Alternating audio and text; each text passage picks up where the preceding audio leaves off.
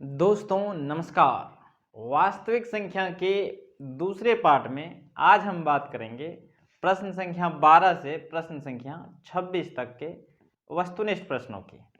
तो बिना समय गवाए शुरू करते हैं। इसमें प्रश्न संख्या 12 कहता है कि समीकरण 7x² - 12x + 18 = 0 के मूलों के योग एवं गुणनफल का अनुपात होगा। सबसे पहले जो समीकरण दिया है उसको उतार लीजिए। 7x² - 12x + 18 = 0।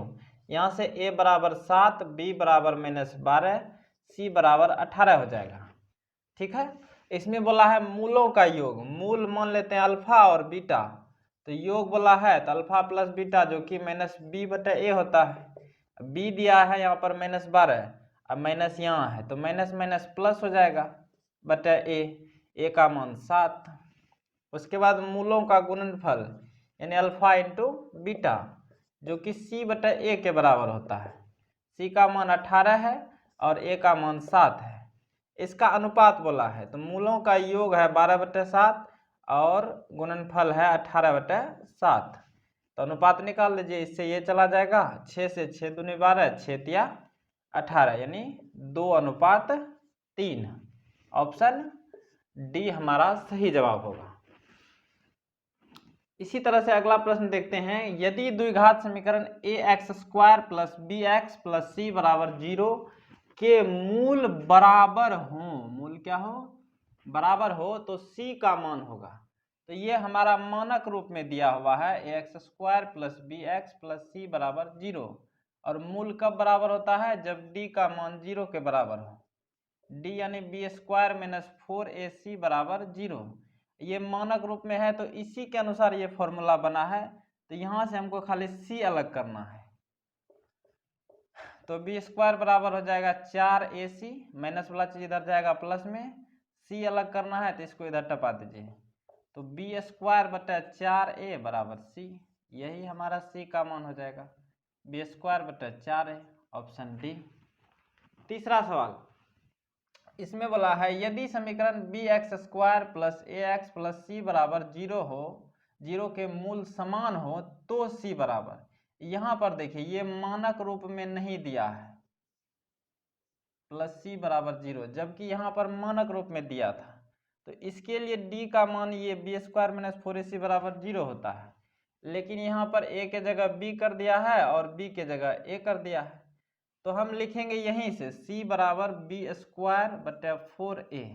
लेकिन ये हमारा a के जगह है और ये b के जगह है तो a और b का बदली कर देंगे।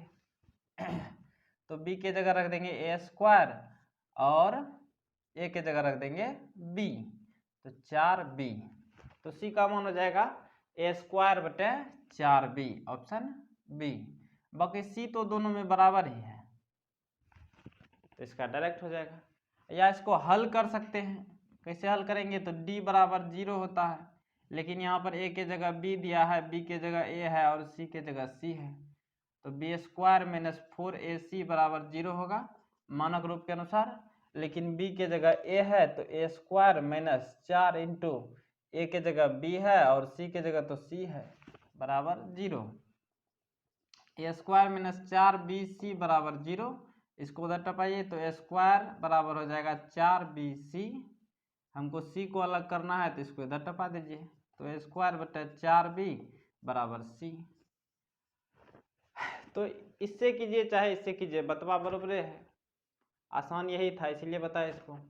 अब अगला प्रश्न हम देखते हैं। अगला कहता है कि द्विघात समीकरण 2x² - 4x + 3 = 0 का विवेचक। तो बेसिक में बताए थे विवेचक बोले चाहे विवेक्तर बोले मतलब d निकालना है। तो दिया है समीकरण 2x² - 4x + 3 = 0। इसका विवेचक बोला है यानी d बराबर होता है b² - 4ac। यहाँ पर a दिया है 2, b दिया है -4 और c दिया है 3। तो b का स्क्वायर यानी -4 का स्क्वायर -4 इंटू a का मान 2 और c का मान 3। -4 का स्क्वायर 16, 4 तिया 12, 12 दूनी 24, तो -8। Option C. प्रश्न संख्या 16 देखते हैं। समीकरण 3x² - 2x + 1/3 = 0 के विवेचक का मान होगा। समीकरण दिया है 3x² - 2x + 1/3 = 0। यहाँ a का मान 3, b का मान -2 और c का मान 1/3 है। विवेचक यानी d बराबर b² - 4ac।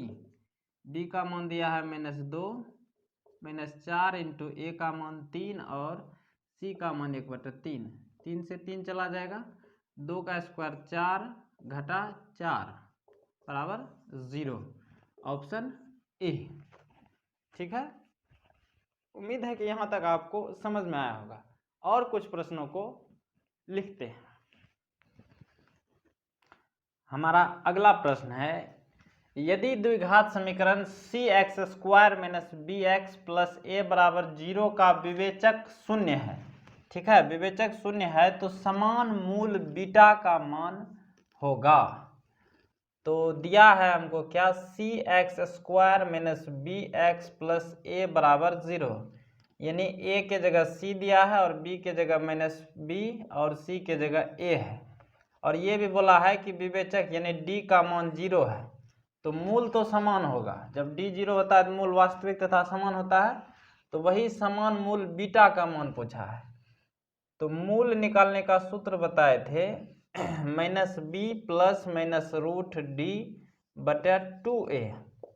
और b के जगह जो है, देखिए b के जगह -b दिया गया है और यहाँ पहले से माइनस है, तो माइनस इंटू माइनस b हो जाएगा, प्लस माइनस √d का मान तो 0 है बटे 2 इंटू a के जगह c है, तो a के जगह c रख देंगे, माइनस माइनस प्लस हो जाएगा तो b/2c, इधर तो ये 0 हो गया।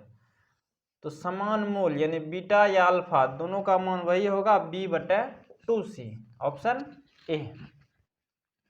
अगला प्रश्न, द्विघात समीकरण x² + 2x - 3 = 0 के मूलों का योग का मान होगा।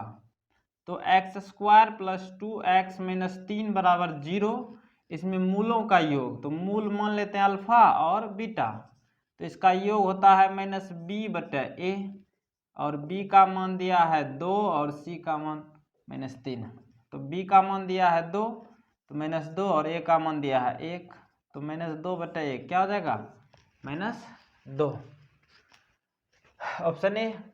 प्रश्न संख्या 19, यदि द्विघात समीकरण px = 2x² + 3x - 4 = 0 के शून्यक अल्फा तथा बीटा हो तो अल्फा प्लस बीटा, इसी सवाल को खाली यहाँ पर जो है अल्फा तथा बीटा दिया था, यहाँ माने थे।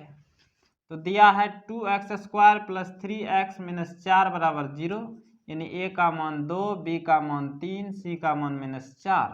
पूछा है alpha plus beta -b/a, b के जगह 3 दिया है तो -3 और a के जगह 2, तो -3/2। Option D. प्रश्न संख्या 20, अगर किसी द्विघात समीकरण ax² + bx + c = 0 के मूल बराबर हो तो मूल बराबर कब होता है? हम बताए थे जब विवेचक यानी d का मान 0 के बराबर हो। यहाँ पर यह हमारा मानक रूप में दिया है x² + bx + c = 0, तो मूल बराबर तभी होगा जब d का मान 0 हो। d यानी क्या, b² - 4ac = 0। ऑप्शन 20 का सही जवाब होगा। प्रश्न संख्या 21, द्विघात समीकरण x² + bx + c = 0 के मूल असमान और वास्तविक, ठीक है, यहाँ पर मूल बराबर बोला था, यहाँ पर वास्तविक तथा असमान। तो वास्तविक तथा असमान होने का कंडीशन होता है d का मान 0 से बड़ा होना चाहिए, यानी b² - 4ac का मान जब 0 से बड़ा होता है तब मूल हमारा वास्तविक तथा असमान होता है। ठीक है, देखते हैं कुछ और प्रश्नों को। तो हमारा अगला प्रश्न है कि समीकरण y² + y + 5 = 0 के मूल हैं वास्तविक और असमान, वास्तविक और समान, वास्तविक नहीं अनगिनत। तो हमको चेक करना है, तो इसको जांचने के लिए डी चेक करना पड़ता है। तो y² + y + 5 = 0 दिया है, a का मान 1, b का मान 1, c का मान 5, डी चेक कीजिए, डी बराबर B square minus 4ac, B का मान 1, 1 का square minus 4 into 1 into C का मान 5, तो 1 का स्क्वायर 1 घटा 5 चौके 20 यानी माइनस 19। तो डी का मान जो है 0 से छोटा है, 0 से क्या है, छोटा है। तो जब डी का मान 0 से छोटा आता है तो कोई मूल वास्तविक नहीं होता है, ठीक है, ये हम बेसिक में बताए थे। जब डी का मान 0 से बड़ा होता है तो वास्तविक तथा असमान, और डी का मान जब 0 के बराबर होता है तब वास्तविक तथा समान होता है। ये 3 कंडीशन होता है। अगला सवाल, यदि द्विघात समीकरण x square minus px plus 4 बराबर 0 के मूल बराबर हो तो p बराबर क्या होगा। तो दिया है x square minus px plus 4 बराबर 0, a का मान 1, b का मान माइनस p और c का मान 4। बोला है मूल बराबर है, तो मूल बराबर कब होता है, जब d का मान 0 के बराबर हो। d यानी बी स्क्वायर माइनस 4ac बराबर 0, b की जगह दिया है माइनस p का स्क्वायर माइनस 4 इंटू a की जगह 1 और c की जगह 4 बराबर 0। तो माइनस p का स्क्वायर p स्क्वायर 4 चौक 16 माइनस 16 बराबर 0, p स्क्वायर बराबर 16 तो p बराबर रूट 16, अगर रूट से निकलेगा तो प्लस माइनस 4, इसका यही जवाब हो जाएगा ऑप्शन बी। प्रश्न संख्या 24, द्विघात समीकरण 4x square plus 4x plus 1 बराबर 0 के मूलों की प्रकृति। फिर से हमको मूलों की प्रकृति निकालना है, मतलब डी चेक करना होगा। तो देख लेते हैं, 4x square plus 4x plus 1 बराबर 0, a का मान 4, b का मान 4 और c का मान 1। तो d बराबर B square minus 4ac, d का मान 4 दिया है तो 4 का स्क्वायर माइनस 4 इंटू a का मान 4 दिया है और c का मान 1। तो 4 चौक 16 घटा 4 चौक 16, 16 में 16 जाएगा 0, यानी d 0 के बराबर है। अगर d 0 के बराबर होता है तो मूल वास्तविक और बराबर होगा, अभी तुरंत बताए थे, बेसिक में भी बताए हैं, तो इसका ऑप्शन बी।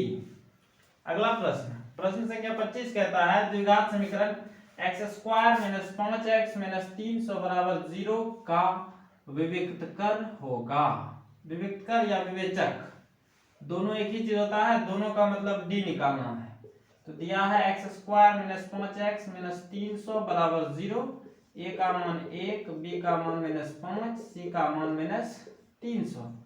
तो d निकालना है तो b square minus 4ac, b का मान दिया है माइनस 5 का स्क्वायर माइनस 4 इंटू a का मान 1 और c का मान माइनस 300। 5 का स्क्वायर 25 माइनस गुना माइनस प्लस 300 चौके 1200, तो 1200 और 25 कितना हो जाएगा 1225, ऑप्शन ए। तो हमारा ये चैप्टर का भी जो है सभी महत्वपूर्ण वस्तुनिष्ठ प्रश्न खत्म हो गया। तो उम्मीद है कि आपको यह सारा सवाल बिल्कुल बेहतर समझ में आया होगा। तो आज के लिए दीजिए मुझे इजाजत, अपना ख्याल रखें, बड़ों का सम्मान करें। जय हिंद, जय भारत।